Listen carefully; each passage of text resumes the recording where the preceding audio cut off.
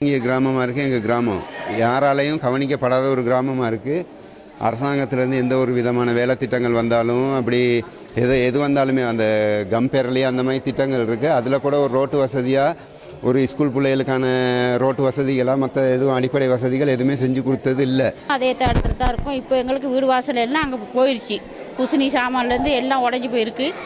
எங்களுக்கு அதுக்கு ஒரு முடிவு வேணும். அந்த இடத்துல இனி நாங்கள் வளர்ப்பன டியூஷனுக்கு போகிறதா இல்லை.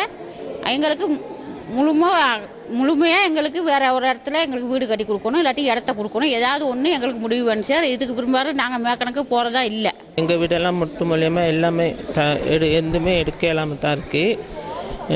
நீங்கள் எல்லாம் சேர்ந்து எங்களுக்கு ஒரு நல்ல முடிவு கொடுக்கணும்னு கேட்கணும்.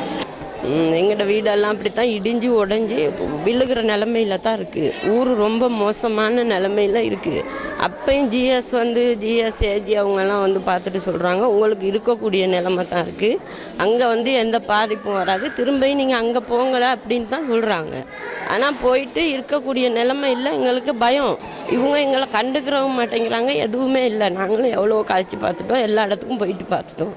யாருமே கண்டுக்கிறாங்களே இல்லை. ரோட்டு வசதி இல்லை. ஸ்கூல் பிள்ளைங்களுக்கு போகிறதுக்கு இங்கிட்டு டேம் மகவ பக்கம் வந்தாலும் ரோட்டு இல்லை. வளப்பனையோட வர்றதா இருந்தாலும் ரோட்டு இல்லை. எந்த இதுவுமே இல்லை. செஞ்சு தாரோன்னு சொல்கிறாங்க, செஞ்சு கொடுத்த பாடும் இல்லை. ஆனால் எங்களை திரும்ப போக சொல்கிறதுல மட்டும் குறியாக இருக்காங்க. செழிப்பு போயிட்டு இருந்துச்சு. அப்போ நாங்கள் ஸ்கூலில் எல்லாம் இருந்தோம். இருக்கல அப்போயே எங்களுக்கு சொன்னாங்க, இந்த இடத்துல இருக்க இயலாது அப்படின்னு சொன்னாங்க. திரும்ப மழை நின்று வெயில் அடித்ததுக்கு எங்களை கொண்டே திரும்ப அதில் தான் போட்டுட்டாங்க. ஒரு அடி 2 அடிக்கு மாதிரி வெடிச்சு. டூர் பத்துமில்ல அப்படிஷன்.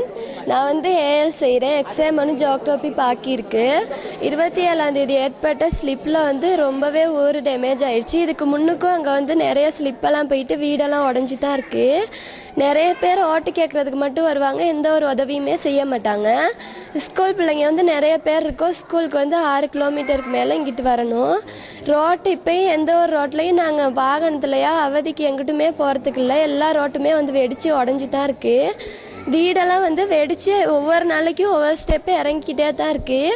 ஆனால் ஜிஎஸ் எல்லாம் சொல்கிறாங்க அங்கேயே போயிட்டு இருங்க அப்படின்ட்டு. உள்ளுக்கு போயிட்டு மனுஷன் இருக்கே இல்லாதாங்க யாருமே.